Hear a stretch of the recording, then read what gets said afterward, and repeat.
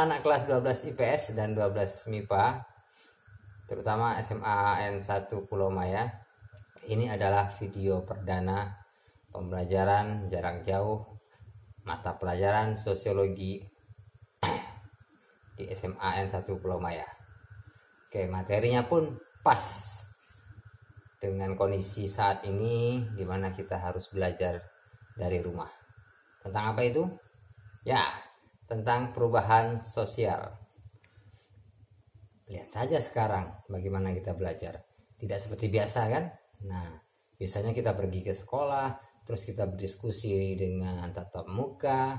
Nah, sekarang berbeda, kita diarahkan untuk belajar dari rumah atau disingkat BDR. Nah, jadi tidak di ruang kelas tapi di Google Class.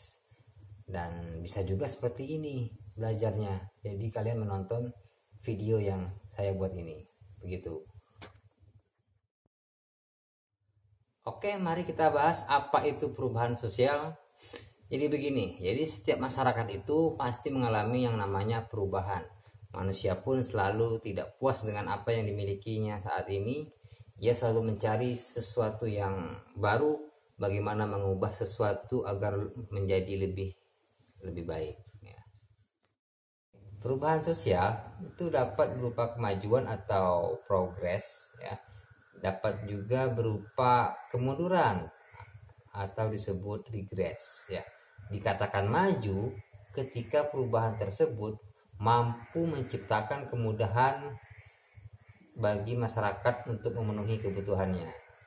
Dikatakan mundur ketika perubahan yang terjadi pada aspek tertentu itu dapat membawa pengaruh yang kurang menguntungkan. Menurut Kingsley Davis, perubahan sosial merupakan bagian dari perubahan kebudayaan. Perubahan sosial dan kebudayaan mempunyai satu aspek yang sama, yaitu berhubungan dengan suatu penerimaan cara-cara baru atau perbaikan dalam cara masyarakat memenuhi kebutuhannya. Secara umum, alasan-alasan perubahan sosial pada masyarakat antara lain yaitu pertama, menghadapi permasalahan-permasalahan baru. Ya, yang terbaru ini adalah permasalahan COVID-19 di mana banyak masalah-masalah baru muncul dari ekonomi, sosial, dari budaya. Ya, banyak mengalami perubahan. Dan istilah sekarang mungkin bisa cukup familiar kita dengar, yaitu new normal. Mana kemana-mana harus pakai masker, kita harus cuci tangan, kita harus jaga jarak, dan lain-lain. Nah, kemudian yang kedua, ada ketergantungan pada hubungan antar warga pewaris kebudayaan. Ya, ini bisa berupa konflik. Ya. Kemudian yang ketiga yaitu lingkungan yang berubah. Ya, termasuklah COVID ini juga lingkungan. Ini kan faktor lingkungan, di mana wabah ini adalah sebuah bencana global. Gitu. Oke, ada dua kecenderungan masyarakat dalam menghadapi perubahan sosial. Yang pertama, masyarakat yang menerima bentuk perubahan sosial, tapi ada juga masyarakat yang menolak perubahan sosial dan memilih untuk mempertahankan nilai-nilai sosial yang lama. Secara umum, kecenderungan masyarakat untuk berubah sangat dipengaruhi oleh faktor-faktor berikut. Yang pertama, rasa tidak puas terhadap keadaan atau situasi tertentu yang ada. Ya, jadi ada keinginan untuk mengadakan sebuah perbaikan. Yang kedua, kesadaran akan adanya kekurangan pada kebudayaan sendiri, sehingga masyarakat merasa perlu adanya perbaikan. Yang ketiga, adanya usaha masyarakat untuk menyesuaikan diri dengan keperluan, keadaan, dan kondisi yang baru. Ya.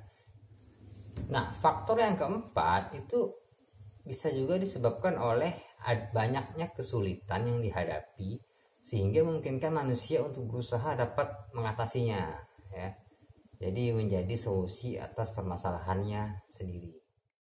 Faktor yang kelima adalah sikap terbuka dari masyarakat terhadap hal-hal baru, baik itu dari dalam masyarakat maupun dari luar masyarakat itu sendiri.